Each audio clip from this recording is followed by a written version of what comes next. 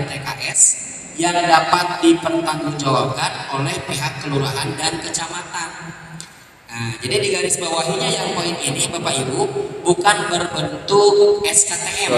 Jadi bukan surat keterangan tidak mampu dari kelurahan gitu Bapak ya, Bapak Kepala Desa. Ya, hadir dan yang mewakili. Nah, jadi nanti ini untuk kalau memang betul warga tersebut itu memang tidak mampu, nah itu memang ada artinya surat hasil musyawarah dari kelurahan tersebut, ada daftar hadirnya, gitu, kemudian ada nama-nama yang diusulkannya. Gitu. Nah itu artinya berarti kan kalau hasil musyawarah tersebut kemudian diusulkan tidak bersifat dadakan gitu kan, pastinya sudah ada yang diusulkan beberapa waktu yang lalu zona itu, jadi tidak menggunakan untuk SKTM ya Bapak ya. Jadi tidak untuk SKTM tidak berlaku, jadi yang berlaku adalah surat hasil musyawarah.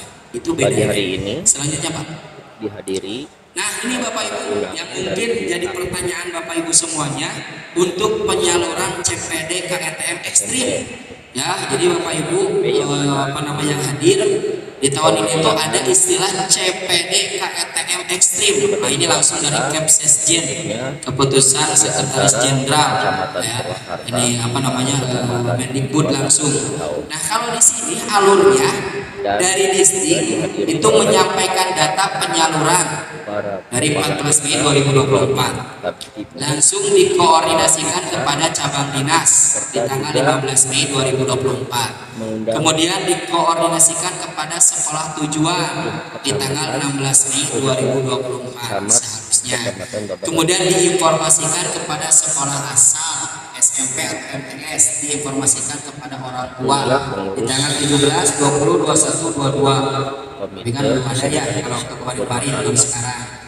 Nah, kemudian setelah itu orang tua daftar ulang ke sekolah penerima atau tujuan di tanggal 27 sampai 31 Mei 2024. Artinya CPD ekstrim ini langsung diterima Bapak Ibu.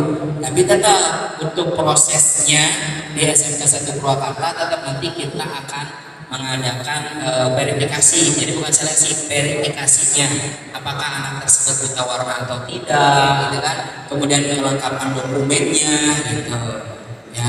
Nah ini sebelum pendaftaran dimulai. Nah kalau misalkan dari putra ibu bapak atau calon CPD ini ada yang tidak mau menerima penyalurannya, ada saya mau penepur, ternyata disalurkannya ke SMK 2 contoh. Nah itu bisa membuat surat pengunduran diri yang langsung diuploadkan di sistem di akun pribadinya, itu maksud saya. Nah di akun pribadi, artinya di akun siswanya. Itu kalau memang sekarang Bapak Ibu ada di akun operator atau di akun sekolah Bapak Ibu yang termasuk KETM ekstrim, langsung diaktifkan, karena kalau tidak diaktifkan tidak akan disalurkan. Jadi diaktifkan dulu baru akan nanti disalurkan secara sistem wilayah negara. Maka kami tunggu ini daftarnya sampai tanggal 31 Mei. Kalau memang tidak ada ya berarti nanti masuknya ke yang non ekstrim, yaitu yang afirmasi KETM yang akan dimulai nanti di tanggal 3 Juni gitu Bapak Ibu ya, untuk CPD ekstrim ini ya, CPD ekstrim ini. Jadi mohon kalau ada di akun sekolahnya langsung diaktifkan Bapak Ibu, ada anak yang bersangkutannya. Nah, luar biasa ini Pak Bu ya, program pemerintah. Nah yang didahulukan itu sekarang adalah jalur untuk afirmasi KETM dengan prioritas terdekat untuk SMK, sedangkan untuk SMA itu zonasi dulu gitu. Untuk persyaratan umum yang tadi itu secara umum Bapak Ibu ya. Nah ini untuk tambahan yang di SMK 1 Purwakarta, tentunya CPD itu tidak bertato Bapak Ibu, karena yang zaman sekarang anak-anak itu luar biasa, yang laki-laki maupun perempuan ya, bahkan suka banyak yang nongkrong juga gitu kan Bapak Ibu ya, yang bolos gitu anak-anaknya, dan itu generasi-generasi selanjutnya. Nah maka ini tidak bertato. Jadi nanti akan kita sediakan surat pernyataannya bahwasanya anak tersebut tidak bertato, tidak tindih gitu ya. Nah, kemudian calon peserta didik baru tidak bertindik bagi laki-laki dan perempuan tidak bertindik lebih dari satu di setiap telinga. Itu Bapak Ibu ya. Jadi di telinganya ini terutama yang perempuan, Tapi kalau yang laki-laki masa salah tindik gitu kan ya? Karena kan yang laki-laki tidak ditindik. Kemudian selanjutnya nanti akan diadakan pemeriksaan fisik dan verifikasi tidak buta warna akan dilakukan nanti pada saat verifikasi. Jika ditemukan ada peserta didik baru yang bertato, bertindik dan buta warna, maka kelulusannya akan dianulir atau dibatalkan, Bapak Ibu. Ya. Tapi tahun kemarin terjadi ya Pak Mahdi, alhamdulillah Pak Wakil ada Bapak Ibu yang hadir tapi belum sehat benar, mohon doanya supaya cepat sehat Bapak Herdi Haris. Amin ya Allah ya Rabbal Alamin. Nah, tahun kemarin ada Bapak Ibu ya yang sudah diterima tapi anaknya ada tindiknya. Kita sudah sampaikan seperti ini. Artinya kalau belum ketahuan akan dianulir. Apa ada saya sudah daftar pula, sudah diterima, masa mau dianulir kan seperti itu? Kan ada tindiknya Pak. Adalah komunikasi dan lain sebagainya. Ya udah berarti dibuat aja surat pernyataan bahwasanya beberapa 1 bulan atau 2 bulan ketika melakukan pelanggaran di SMK 1 Purwakarta maka langsung dikeluarkan. Gitu. Ya ternyata sampai sekarang pas ditanya ke wali kelasnya, ya anaknya anaknya bermasalah gitu. Jadi sudah keluar dari SMK 1 Purwakarta. Nah itu pun menjadi bahan evaluasi kami. Itu di kepanitiaan PPDB SMK 1 Purwakarta gitu. Ketika pemeriksaan fisiknya masih ada yang lolos gitu Bapak Ibu ya untuk tindik dan lain sebagainya. Tapi itu merupakan evaluasi kita semuanya. Semoga di tahun ini kita tidak menemukannya lagi gitu ya, untuk yang siswa-siswa yang memang ada bermasalah lah gitu kan. Buat apa coba ditindik ya, ditato dan lain sebagainya Bapak Ibu. Nah, nanti ada pernyataan tidak tindik, tato dan buta warna. Kemudian ada juga surat keterangan sehat dari dokter yang mencantumkan keterangan tidak buta warna serta tinggi badan. Tapi ada juga ini Bapak Ibu ya di klinik beberapa klinik lah mungkin yang memang dicantumkan dalam suratnya itu tidak buta warna, tapi pas kita periksa ulang di sini itu tidak bisa gitu kan menentukan ini warna apa, kemudian ini gimana gitu kan, karena kan kita nanti ada bukunya. Nah maka kita suruh periksa lagi Bapak Ibu gitu, kita suruh periksa lagi dan kita datangkan juga orang tuanya di hadapan orang tuanya langsung gitu untuk memeriksanya juga betul atau tidak nih putra atau putrinya buta warna gitu. Karena kan ada orang tua yang tidak menerima anak saya buta warna gitu. Maka langsung dibuktikan dengan dihadirkan orang tuanya. Itu Bapak Ibu ya, jadi luar biasa untuk persyaratan di SMK 1 Purwakarta. Nah, perlu Bapak Ibu ketahui dan diingat dan disampaikan kepada anaknya sebelum mendaftar, kalau milih jurusan teknik otomotif dan teknik mesin itu tinggi minimal laki-laki 160. Maka di dalam surat keterangan dokternya dicantumkan tinggi badannya. Kalau tahun kemarin di aplikasi SKD itu dicantumkan di awal ya Bapak Ibu ya. Nah, tahun kemarin, untuk tahun sekarang mungkin sama gitu kan, artinya dicantum SKD-nya dulu. Maka nanti kita lihat dulu kalau memang ini jalurnya pilihannya ke otomotif tapi tingginya 150 misalkan, mohon maaf kalau langsung kami tolak gitu ya. Dan ketika tolak masih masa sanggah bisa daftar lagi gitu kan, artinya baru diperbaiki, silahkan perbaiki saja jurusannya gitu. Nah, untuk evaluasi yang tahun kemarin juga Bapak Ibu, mohon ketika sudah mendaftar itu harus selalu mengontrol, melihat akun anak-anaknya Itu kalau memang dikolektif oleh operator sekolah. Kalau memang tidak dikolektif, mohon aja diingatkan kepada anak-anaknya selalu mengecek akun PPDB-nya gitu. Jangan sampai setelah daftar itu nanti aja nunggu pengumuman gitu kan. Ada juga tahapan untuk verifikasi berkas. Sampai tahun kemarin ada gitu, pas kita telepon, bapak kok nggak mengikuti verifikasi berkas? Kan saya udah daftar pak, katanya saya tinggal nunggu pengumuman. Nah, kan kalau tidak melakukan verifikasi berkas, nanti dianggapnya tidak mengikuti tahapan-tahapan pendaftaran di SMK 1 Purwakarta, Bapak Ibu. Jadi setelah mendaftar itu nanti ada verifikasi berkas dan itu harus diikuti oleh semua CPD yang daftar. Itu maka kita teleponin, kita tunggu itu sampai malam juga dengan Pak Waka, itu dengan panitia yang lainnya, gitu Bapak Ibu ya, sehingga alhamdulillah lah untuk yang tahun kemarin bisa berjalan lancar. Nah untuk yang perempuan 155 Bapak Ibu ya, itu yang di ya pilihan 1 maupun pilihan 2, pokoknya yang tinggi badannya kurang dari 160 sama 155 tidak memilih jurusan otomotif sama mesin, itu aja. Jurusan yang lain nanti dipilihnya gitu ya Bapak Ibu ya. Nah adapun selain program yang di atas, tinggi badan tidak menjadi syarat masuk program keahlian. Nah di SMK 1 Purwakarta ini sudah beberapa tahun berjalan, kita ada pendidikan karakter ketarunaan. Maka nanti pun CPD itu ya akan membuat atau akan mengisi surat pernyataan mengikuti kegiatan ketarunaan di SMK 1 Purwakarta. Namun kita evaluasi dari tahun ke tahun, untuk pernyataan ini diisi nanti pas daftar ulang. Jadi bukan pas verifikasi berkas, nanti pas daftar ulang setelah lulus gitu. Tapi disampaikan juga ke sekarang sama Bapak Ibu ke anak-anaknya, kalau mau daftar ke Nepur itu harus siap datang jam 6. Siap pastinya ya, karena kan mau daftar. Kemudian rambut harus 121. Pasti itu Bapak Ibu ya, insya Allah gitu kan, dan lain sebagainya lah gitu. Itu untuk pendidikan karakter ketarunannya juga kurang lebih setengah semester. Artinya setengah semester itu langsung ya, di satu semester 1 itu dari bulan Juli berarti kan, Juli sampai kurang lebih Oktober atau November itu mereka diinikan itu sistem ketarunaan langsung oleh ABRI gitu kan ya. Lanjut Pak. Nah untuk jalur PPDB SMK Bapak Ibu untuk tahun ini ada sedikit perbedaan ya.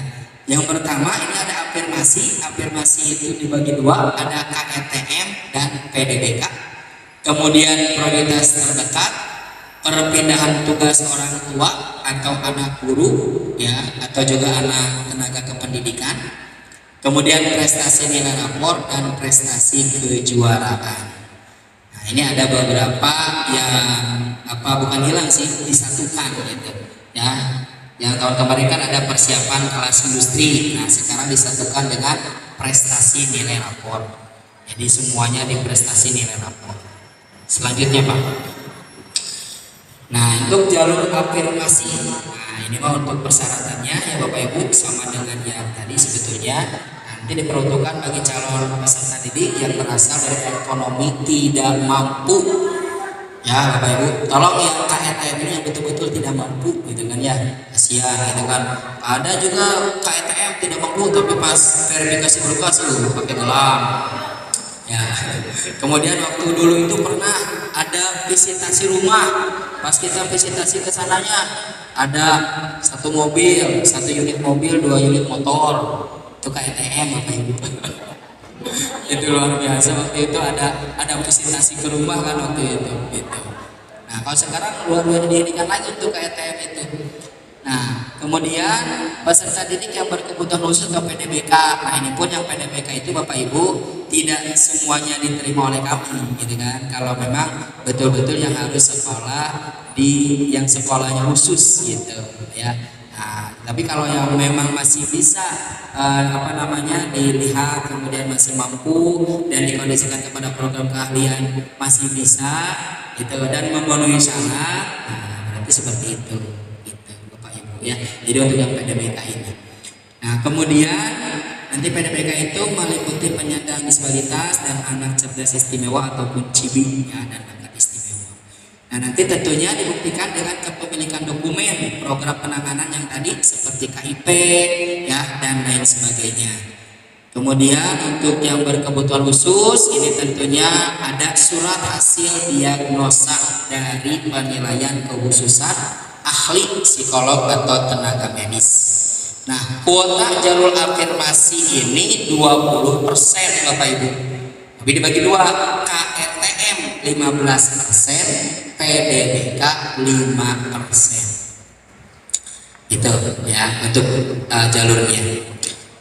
Kemudian jalur perpindahan tugas orang tua, anak guru atau wali. Nah, CPD mengikuti perpindahan domisili orang tua atau wali karena perpindahan tempat tugas. Kemudian perpindahan tugas orang tua atau wali terjadi antar provinsi, kabupaten atau kota. Dibuktikan dengan surat tugas dari instansi, ya, lembaga, kantor atau perusahaan yang memberi tugas paling lama 1 tahun. Jadi perpindahannya paling lama 1 tahun. Dapat digunakan bagi CPD anak guru, tenaga pendidik dan tenaga kependidikan yang bertugas di satuan pendidikan yang dituju. Dibuktikan dengan surat keputusan dari kepala sekolah ataupun lembaga tempat bertugas orang tua calon peserta didik. Nah, kuota jalur perpindahan tugas ini sebesar 5% Bapak Ibu. Ya, tapi diatur dalam program kerja kita, perpindahan orang tua itu 2%, anak guru 3%. Jadi kita perbanyak yang anak gurunya. Nah, kemudian kriteria jalur perpindahan orang tua atau anak guru nanti diatur dalam ketentuan yang ditetapkan satuan pendidikan, yaitu di program kerja kami. Kemudian seleksi jalur perpindahan tugas atau anak guru ini, ya untuk seleksinya mah tetap Bapak Ibu menentukan itu adalah jarak terdekat dari domisili ke sekolah. Itu cuman persyaratannya beda. Kalau anak guru ya harus punya dokumen anak guru, tapi seleksinya mah itu sesuai dengan jarak. Itu. Namun diatur lagi dalam program kerja kami untuk yang anak guru ini. Ya, jadi yang anak guru ini di program kerja kami yang diprioritaskan adalah anak guru SMKN 1 Purwakarta. Artinya yang guru yang anaknya memang orang tuanya ngajar di kami gitu di sini. Itu mah pasti itu Bapak Ibu ya, masa tidak diterima kan ya. Dan dibuktikan nanti dengan apa? Dengan kartu keluarganya. Jadi bukan keponakannya gitu kan, bukan saudaranya, memang betul itu adalah anaknya. Seperti tahun ini anak Bapak LD Ariston gitu ya, dari MTS 1 Purwakarta. Ya, itu. Nah, itu sekolah di SMK 1 Purwakarta. Kemudian yang keduanya di program kerja kami itu bagi anak guru SMA, SMK atau SLB sederajat. Gitu. Kemudian anak guru SMP, MTS atau sederajat. Kemudian anak SD sederajat. Tapi tentunya sama, ditentukan dengan jarak. Kalau jaraknya sama, dilihat dari apa? Usia calon peserta didik mana yang lebih tua. Jadi bukan yang lebih muda yang dipilih, yang lebih tua. Itu Bapak Ibu ya. Selanjutnya Pak, itu untuk perpindahan tugas. Lanjut. Nah, ini untuk yang jalur prestasi, nilai rapor dan kejuaraan. Ya, ini format rapornya ya, dan ini prestasi kejuaraannya lah, seperti ini. Next Pak. Nah, ini untuk prestasi kejuaraan ya, ini dibedakan menjadi jalur prestasi nilai rapor dan jalur prestasi kejuaraan. Adapun yang nilai rapor menggunakan nilai kognitif rapor dari semester 1 hingga semester 5. Prestasi kejuaraan menggunakan piagam prestasi kejuaraan dan atau menggunakan uji kompetensi yang dilakukan satuan pendidikan tujuan. Nah, nanti Bapak Ibu untuk prestasi kejuaraan kita pun akan mengadakan tesnya, gitu ya, seleksinya. Karena beberapa tahun kebelakang juga atau tahun kemarin kita menemukan itu ya, walau alam gitu kan ya, sertifikatnya asli atau tidak. Tapi juara misalkan futsal gitu kan. Nah nanti diindikan oleh ahli futsal yang di SMK 1 Purwakarta, dites bisa nggak gitu ya, futsalnya. Kemudian kalau jago tari nanti dites tarinya bisa nggak gitu kan, dasar aja tariknya gitu. Jadi nanti ada tesnya untuk apa namanya yang prestasi kejuaraan. Nah tentunya nanti diakumulasikan nilai sertifikat dengan nilai tes kejuaraannya itu Bapak Ibu ya. Prestasi kejuaraan berdasarkan hasil perlombaan penghargaan kejuaraan di bidang akademik maupun non-akademik pada tingkat internasional, Asia, nasional, provinsi atau tingkat kabupaten atau kota. Nah, Bapak Ibu, yang prestasi kejuaraan itu diutamakan yang berjenjang. Misalkan ya juara kabupaten, lanjut lagi ke provinsi, lanjut lagi ke nasional. Nah, itu yang nilainya besar. Gitu. Atau ada yang juara internasional, nah itu luar biasa ya. Tapi internasional pasti berjenjang juga kan, nggak mungkin langsung ke internasional gitu. Tidak, terutama kejuaraan yang diselenggarakan oleh Kementerian Pendidikan Kebudayaan Riset dan Teknologi atau Kementerian Agama atau BUMN atau BUMD. Kejuaraan yang diperhitungkan merupakan salah satu jenis prestasi dari cabang atau bidang dari kejuaraan yang diperoleh. Diutamakan prestasi yang berjenjang. Kejuaraan yang diperoleh tingkat kota atau kabupaten atau provinsi, nasional dan sebagainya. Jadi paling minimalnya tingkat kabupaten. Tapi itu pun berjuang lagi dengan mendaftar di jalur kejuaraan ya. Dan itu presentasinya hanya 5% Bapak Ibu ya. Dan sekarang itu di tahap 2 bukan di tahap 1 lagi. Nah, itu yang harus betul-betul dipusatkan oleh Bapak Ibu ya, diprioritaskan nantinya. Kemudian kejuaraan yang diakui adalah kejuaraan yang diperoleh selama menjadi peserta didik SMP atau MTS atau sederajat